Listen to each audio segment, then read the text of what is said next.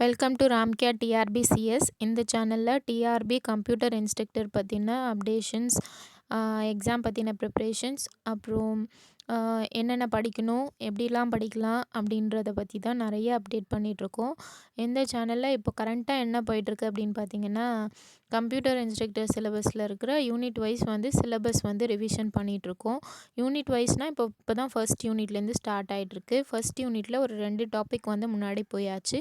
இப்போ third topic பார்க்க போகிறோம். தேர்ட் டாபிக் என்னென்னா கம்ப்யூட்டர் மெமரி சிஸ்டம் ஓவர்வியூ. அதை பற்றி தான் பார்க்க போகிறோம். இதுக்கு முன்னாடி 2 டாபிக் இருக்குது. அதை போய் பார்த்துட்டு அதுக்கப்புறம் இதை பாருங்கள். அப்போ தான் ஓரளவுக்கு உங்களுக்கு கண்டினியூஸாக சிலபஸை கண்டினியூஸாக படிச்சுட்டு வரும்போது அதனோட பாயிண்ட்ஸ்லாம் புரிய ஆரம்பிக்கும். இந்த டாபிக் உள்ளே போகலாம். அதுக்கு முன்னாடி இந்த சேனலை சப்ஸ்கிரைப் பண்ணாமல் பார்த்துட்ருக்கீங்க அப்படின்னா சேனலை சப்ஸ்கிரைப் பண்ணிவிட்டு கூடவே இருக்கிற பெல் ஐக்கான் ப்ரெஸ் பண்ணி ஆல் அப்படின்றத கிளிக் பண்ணி வச்சுக்கோங்க. டாபிக்குள்ளே போகலாம் வாங்க. First computer memory system overview அப்படின்னும்போது, இப்போ கம்ப்யூட்டர் மெமரி சிஸ்டம் அப்படின்னு சொல்கிறோம். மெமரினா என்ன? இப்போ ஏதோ ஒரு விஷயத்த டேட்டாவோ இன்ஸ்ட்ரக்ஷனோ ஏதோ ஒரு ஸ்டோர் பண்ணி வைக்கிறோம். அதுக்காக யூஸ் பண்ணுற விஷயம் தான் மெமரி அப்படின்றது. அந்த மெமரி எப்படியெல்லாம் ஒர்க் ஆகணும், எப்படி அதிலோட இது இருக்குது, நம்ம ஆக்சஸ் மெத்தட், அது எப்படி ஆக்சஸ் பண்ண போகிறோம், அது எந்த இடத்துல நம்ம ஸ்டோர் பண்ண போகிறோம், அது எப்படிலாம் வாலட்டைலாக இருக்குமா, நான் வாலட்டைலாக இருக்குமா, அந்த மாதிரி விஷயத்தெல்லாம் தான் இந்த வீடியோவில் பார்க்க போகிறோம். அதுதான் அதை எப்படி கொடுத்துருக்காங்க அப்படின்னா, ஒரு கீ கேரக்டரிஸ்டிக்ஸ் அப்படின்னு கொடுத்துருக்காங்க. லொக்கேஷன், எந்த இடத்துல ஸ்டோர் பண்ணுறோம், எந்த இடத்துல அப்படின்னும்போது இப்போது மெமரி அப்படின்றது இன்டர்னல் மெமரி, எக்ஸ்டர்னல் மெமரி அப்படின்னு 2 விஷயம் இருக்குது. இன்டர்னல் அப்படின்னும்போது மெயின் மெமரி அப்படின்றது தான் மோஸ்ட்டாக நம்ம சொல்லுவோம். அப்போது மெயின் மெமரி மட்டும் இன்டர்னல் மெமரி கிடையாது. அது கூடவே கேட்சும் இன்டர்னல் மெமரி தான். ப்ராசஸர் ரெஜிஸ்டர் அப்படின்றதும் இன்டர்னல் மெமரி தான். அப்போது எக்ஸ்டர்னல் மெமரின்னு வந்தால் அதில் என்னென்னலாம் வரும்? ஒன்றுமே கிடையாது. அது என்ன, டிஸ்க்கு, டேப்பு, அந்த மாதிரி நம்ம எக்ஸ்டர்னலாக நம்ம ஸ்டோர் பண்ணி அதை சேவ் பண்ணி வச்சுக்கிறதுக்காக யூஸ் பண்ணுறது தான் நம்ம எக்ஸ்டர்னல் மெமரி அப்படின்னு சொல்லுவோம். இன்டர்னல்னால் அதுக்குள்ளேயே இருக்கிற மெமரி, அதுதான் நம்ம இன்டர்னல் மெமரி அப்படின்னு சொல்லுவோம்.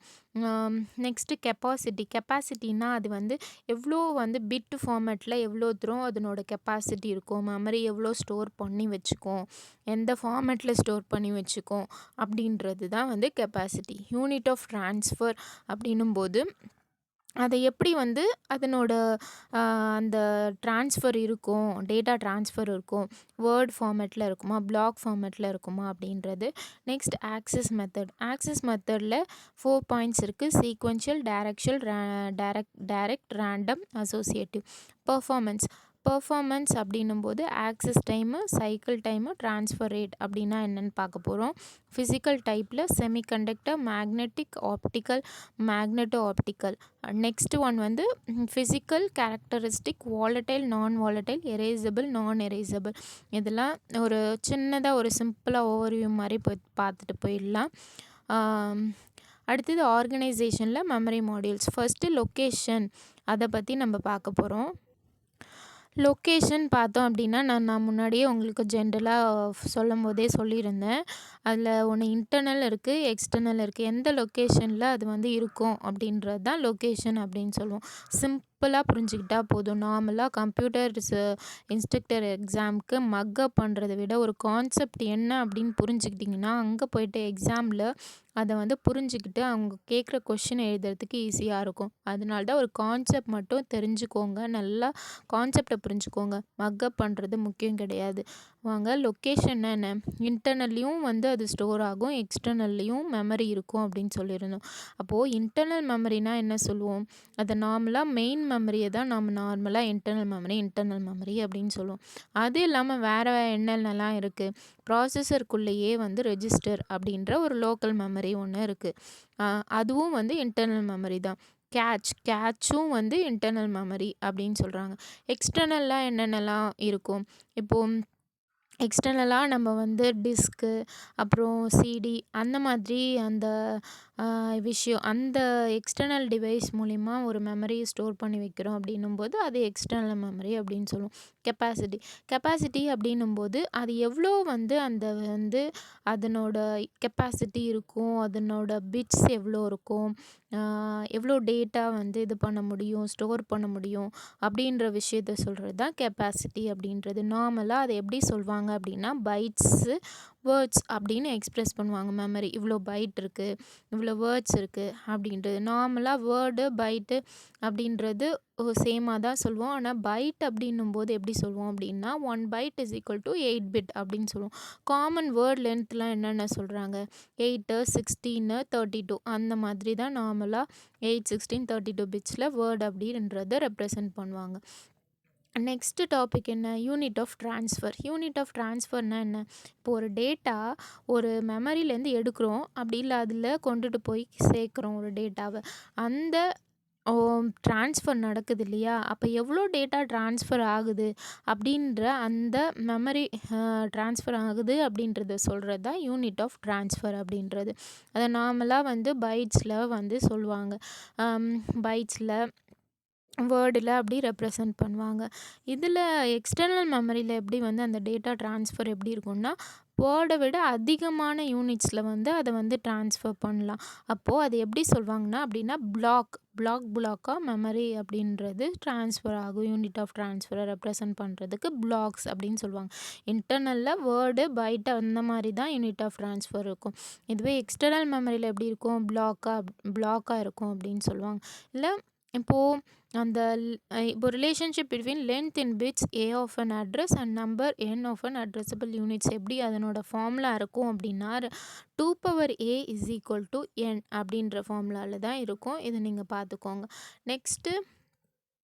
நெக்ஸ்ட்டு என்னது, நெக்ஸ்ட்டு ஆக்சஸ் மெத்தட் தான் நெக்ஸ்ட்டு. ஆக்சஸ் மெத்தட் அப்படின்னும்போது மெமரி எப்படிலாம் ஆக்சஸ் பண்ணலாம் அப்படின்றது. ஃபஸ்ட்டு வந்து சீக்வென்ஷியல் அப்படின்னும்போது கண்டினியூஸாக ஆக்சஸ் பண்ணுறது மெமரி. அந்த கண்டினியூஸாக ஆக்சஸ் பண்ணுறது எப்படி இருக்கும், இப்போது அந்த டேப்லலாம் வந்து நம்ம மெமரி அதில் ஸ்டோர் பண்ணி வச்சு ஆக்சஸ் பண்ணணும் அப்படின்னா அதை கண்டினியூஸாக தான் நம்ம ஆக்சஸ் பண்ண முடியும். Start at the beginning and read through in order. ஒரு ஆர்டரில் வந்து சீக்வென்ஷியலாக அதை வந்து ஆக்சஸ் பண்ண முடியும். அதுதான் வந்து sequential access method. Access time depends on location of data and previous location. எந்த லொக்கேஷனை நம்ம போய் தேட போகிறோம் அப்படின்றத பொறுத்து தான் அதனோட ஆக்சஸ் டைம் வந்து இருக்கும். இதுக்கு சீக்வென்ஷியலுக்கு எக்ஸாம்பிள் என்ன அப்படின்னு பார்த்தீங்கன்னா டேப் அப்படின்றது தான். டைரக்ட் ஆக்சஸ் மெத்தட் அப்படின்னும்போது டைரெக்டாக இப்போ ஏதோ ஒரு விஷயத்த டைரெக்டாக போய் ஒரு மெமரியில் எடுக்க போகிறோம் அப்படின்னும்போது இதுக்கு எக்ஸாம்பிள் என்ன சொல்லலாம் அப்படின்னா டிஸ்க் அப்படின்னும்போது அதில் டைரெக்டாக ஒரு இதில் போய் ஆக்சஸ் பண்ணலாம். அப்படின்னா இப்போது individual blocks have unique address. அந்த ஒவ்வொரு பிளாக்குக்கும் ஒவ்வொரு அட்ரஸ் இருக்குது. அந்த அட்ரஸுக்கு தகுந்த மாதிரி டைரெக்டாக போயிட்டு ஆக்சஸ் பண்ணிக்கலாம். Access is jumping to vicinity plus sequential search. இப்போ ஏதோ ஒரு பிளாக்ல போய் தேட போகிறோம் அப்படின்னா டைரெக்டாக அதை போய் தேடி எடுத்துக்கலாம் டிஸ்க்லனா. இது டேப்லனா அந்த மாதிரி செய்ய முடியாது. அது வந்து சீக்வென்ஷியலாக தான் வந்து அதை வந்து ஆக்சஸ் பண்ண முடியும். இதுவே டிஸ்காக இருந்துச்சு அப்படின்னும்போது அது பிளாக்காக தான் சேவ் பண்ணி வச்சுருப்போன்றதுனால அது டைரெக்டாக வந்து ஆக்சஸ் பண்ணிக்கலாம். இதுதான் வந்து டைரக்ட் ஆக்சஸ் மெத்தட். நெக்ஸ்ட்டு வந்து ரேண்டம் அப்படின்னும்போது இண்டிவிஜுவல் அட்ரஸஸ் ஐடென்டிஃபை லொக்கேஷன்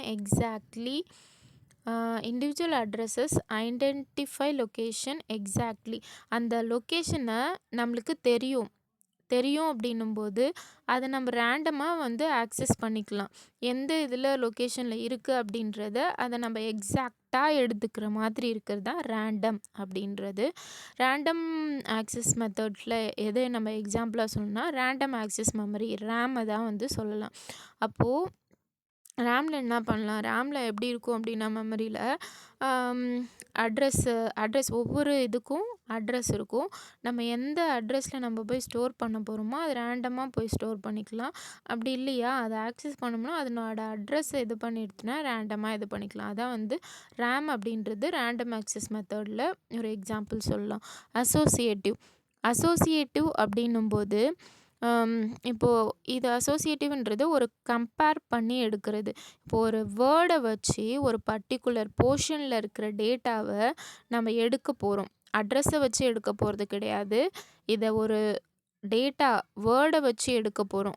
அதனால் இது வந்து அசோசியேட்டிவ் மெத்தட், ஆக்சஸிங் மெத்தட் அப்படின்னு சொல்கிறோம். Access time is independent of location R previous access. Catch மெமரிக்கு இது ஒரு நல்ல எக்ஸாம்பிள். ஃபஸ்ட்டு என்ன சொல்லியிருந்தேன், சீக்வென்ஷியலுக்கு டேப்பு, டைரக்ட்டுக்கு டிஸ்க்கு, ரேண்டம்க்கு ரேமு, அசோசியேட்டிவ்க்கு கேட்ச்சு. இதுதான் வந்து ரேண்டம் ஆக்சஸ் மெத்தடில் வந்து வரும். நெக்ஸ்ட்டு கெப்பாசிட்டி, பெர்ஃபார்மன்ஸ் அப்படின்றத பார்க்க போகிறோம். கெப்பாசிட்டி அப்படின்னும்போது அதில் எவ்வளோ வந்து ஸ்டோர் பண்ண முடியும் அப்படின்றது தான் கெப்பாசிட்டி. பெர்ஃபார்மன்ஸ் அப்படின்னும்போது இப்போது அந்த ஆக்சஸ் டைம் வந்து எவ்வளோ சீக்கிரம் நடக்கும், எந்த மாதிரி நடக்கும் அப்படின்ற அந்த பெர்ஃபார்மன்ஸை சொல்கிறது. It is the time it takes to perform a read or write operation. Random access memory. நான் ரேண்டம் ஆக்சஸ் மெமரி அப்படின்னும்போது it's take to position the read write mechanism at the desired location. எப்படின்னா access டைம்னா ஒன்றுமே இல்லைங்க. நார்மலாக இப்போ ஒரு மெமரிலேருந்து ஏதோ ஒன்று நம்ம ரீட் பண்ண போகிறோம், ரைட் பண்ண போகிறோம்னா அந்த எடுத்துக்கிற டைமை சொல்கிறது தான் மெமரி ஆக்சஸ் டைம் அப்படின்னு சொல்கிறது. நான் ரேண்டம் ஆக்சஸ் மெமரினா இப்போ ஒரு நம்ம சீக்வென்ஷியலாக பண்ண போகிறோம் அப்படின்னா அந்த பொசிஷனுக்கு எவ்வளோ நேரம் போகுது, நம்ம தேவைப்படுற நம்ம ரீட் பண்ண போகிறோமா, ரைட் பண்ண போகிறோமா, அது எப்படி நடக்குது, அந்த டைம் வரைக்கும் இருக்கிற டைமை தான் நம்ம ஆக்சஸ் டைம் அப்படின்னு சொல்கிறோம். ஃபிசிக்கல் டைப் ஆஃப் மெமரி அப்படின்னும்போது இதில் என்னது, நார்மலாக செமிகண்டக்டர் மெமரி ரேம் அப்படின்னு சொல்லுவோம். அடுத்தது மேக்னெட்டிக் சர்ஃபேஸ் மெமரின்னா டிஸ்க்கு, டேப்பு அதெல்லாம் சொல்கிறது. சிடி, டிவிடி, மேக்னெட்டோ ஆப்டிக்கல் இதெல்லாம் ஒரு ஃபிசிக்கலாக இருக்கிற அந்த ஒரு மெமரி டைப் அப்படின்னு சொல்லுவோம். Next physical characteristics of data storage. அது எப்படி இருக்கும், வாலட்டைலாக, நான் வாலட்டைலா அப்படின்றத சொல்கிறது தான் ஃபிசிக்கல் கேரக்டரிஸ்டிக். வாலட்டைல் அப்படின்னும்போது ஒரு பவர் நம்ம ஒரு கம்ப்யூட்டர் சுவிட்ச் ஆஃப் ஆச்சு, எலக்ட்ரிக்கல் பவர் இல்லாமல் போச்சு அப்படின்னா அந்த மெமரி வந்து டீகே ஆகிடும். அதுதான் வந்து வாலட்டைல். நான் வாலட்டைல் மெமரினா அது ஒன்ஸ் ரெக்கார்ட் ஆகிடுச்சு அப்படின்னா அதனோட இது கரண்ட் இல்லை அப்படின்னாலும் அது வந்து டேமேஜ் ஆகாது. நான் வாலட்டைலுக்கு என்ன வந்து தேவை கிடையாது அப்படின்னு பார்த்தீங்கன்னா எலக்ட்ரிக்கல் பவருக்கு வந்து தேவை கிடையாது. மேக்னெட்டிக் சர்ஃபேஸ் மெமரி அதுவும் நான் வாலட்டைல் தான். ஏன்னா வந்து அதெல்லாம் வந்து கரண்ட்டு இல்லாத போதும் அதனோட மெமரி வந்து அப்படியே தான் இருக்கும், அழிஞ்சிராமல் இருக்கும். செமிகண்டக்டர் மெமரி அப்படின்றது வாலட்டைலாகவும் இருக்கும், நான் வாலட்டைலாக இருக்கும் சம்டைம்ஸ். எரேசபிள் அப்படின்னும்போது நான் erasable memory cannot be altered. நான் எரேசபிள் மெமரியில் ஆல்டர் பண்ண முடியாது. அது அப்படியே நம்ம எப்படி இருக்குமோ அப்படியே தான் இருக்கும். அது எப்போ வந்து அது வந்து அழிஞ்சிரும்னா அப்படின்னா அதை டெஸ்ட்ராய் பண்ணும்போது மட்டும், அந்த ஸ்டோரேஜ் யூனிட்டை டெஸ்ட்ராய் பண்ணும்போது தான் அது உள்ளே இருக்கிற மெமரிலாம் அழிஞ்சு போகும். இப்போது semiconductor memory of this type is known as read only memory. இதெல்லாம் வந்து எரேசபிள் கிடையாது. ராம் அப்படின்றதுலாம் எரேசபிள் கிடையாது. Next organisation. The physical arrangement of the bits to form words அப்படின்றது தான் organisation. For RAM the organisation is the key design issue அப்படின்றது தான் last point. Organisation அப்படின்னும்போது ஒரு ஃபிசிக்கல் அரேஞ்ச்மெண்ட் ஆஃப் பிட்ஸை வந்து எப்படிலாம் அரேஞ்ச் பண்ணி ஒரு வேர்டாக ஃபார்ம் பண்ணுதோ அதுதான் வந்து ஆர்கனைசேஷன் அப்படின்னு சொல்கிறாங்க. இதுதான் வந்து computer memory system overview. Next வீடியோவில் என்ன பார்க்கலாம் அப்படின்னா கேட்ச் வந்து ஒரு டீட்டெயிலாக பார்க்கலாம். இந்த வீடியோ யூஸ்ஃபுல்லாக இருந்துச்சு அப்படின்னா சேனலை சப்ஸ்கிரைப் பண்ணிவிட்டு லைக் பண்ணுங்கள், உங்கள் ஃப்ரெண்ட்ஸ்க்கும் ஷேர் பண்ணிவிடுங்க. தேங்க்யூ.